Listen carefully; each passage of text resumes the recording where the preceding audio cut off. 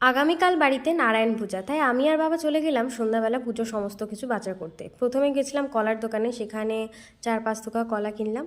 তারপর সেখান থেকে চলে গেলাম দশকর্মা ভাণ্ডারে। একইটাই ছিল রবিবারের সন্ধ্যা।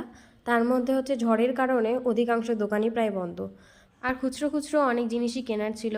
আর মার্কেটের বুঝতেই পারছো সমস্ত দোকানই প্রায় বন্ধ, তাই এদিক ওদিক করে অবশেষে সবগুলোই কেনা হলো। তারপর চলে গেছিলাম ফুলের দোকানে একদম লাস্ট মুমেন্টে।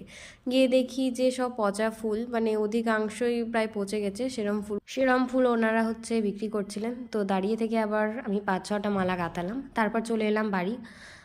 বাড়ি আসলাম হচ্ছে বৃষ্টিতে পুরো ভিজে, মানে মার্কেট থেকে বেরোতে বেরোতে ঝড় বৃষ্টি শুরু হয়ে গেছে। তারপর বাড়িতে এসে যেগুলো বাজার করে এলাম সবগুলো ফল টল জিনিসপত্র সব কিছুই গুছালাম, কারণ সকাল হলেই আবার পূজা। তো কাল হচ্ছে নারায়ণ পূজার ব্লগ নিয়ে আসছি। সবাই ভালো থেকো, সুস্থ থেকো।